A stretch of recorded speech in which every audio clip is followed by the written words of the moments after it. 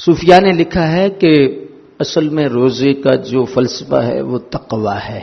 روزانہ کی بنیاد پر بندے کو تھوڑا سوچنا چاہیے کہ میں جدھر تھا ادھر ہی ہوں یا کوئی اضافہ ہوا ہے۔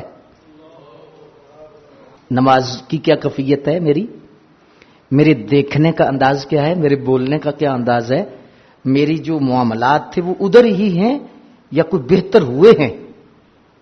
اگر تو بتدریج بہتری ہو رہی ہے، آپ کی گناہ چھوٹ رہے ہیں، نیکیوں میں اضافہ ہو رہا ہے، بتدریج ایسا ہو رہا ہے، آپ کو مبارک ہو، فیضان رمضان شریف آپ کو مل رہا ہے۔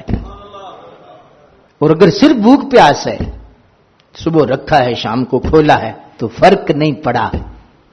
یار دعائی اگر لو اور فرق نہ پڑے تو بعض دفعہ یہ ہوتا ہے کہ دعائی صحیح نہیں ہوتی، بعض دفعہ یہ ہوتا ہے دعائی صحیح ہوتی ہے لیکن اصل میں پرہیز نہیں ہوتا۔ اسی وجہ سے ہے کہ عید والے دن مسجد خالی ہو جاتی ہے، مسجد آواز دے رہی ہوتی ہے، ہائے ہائے کی آواز ہے، یا اللہ تیرے نمازی کدھر گئے؟ جو میں بھری پڑی تھی آج خالی ہو گئی ہوں۔ کیا وجہ ہے کہ رمضان شریف کے بعد مسجدیں خالی ہوتی ہیں؟ کبھی آپ نے غور کیا ہے رمضان شریف کے بعد کیفیت کیوں بدلتی ہے؟ اس کی ایک وجہ یہ ہے، حضور شیخ محقق عبدالحق محدث دہلوی علیہ رحمت نے ایک اشارہ کیا ہے۔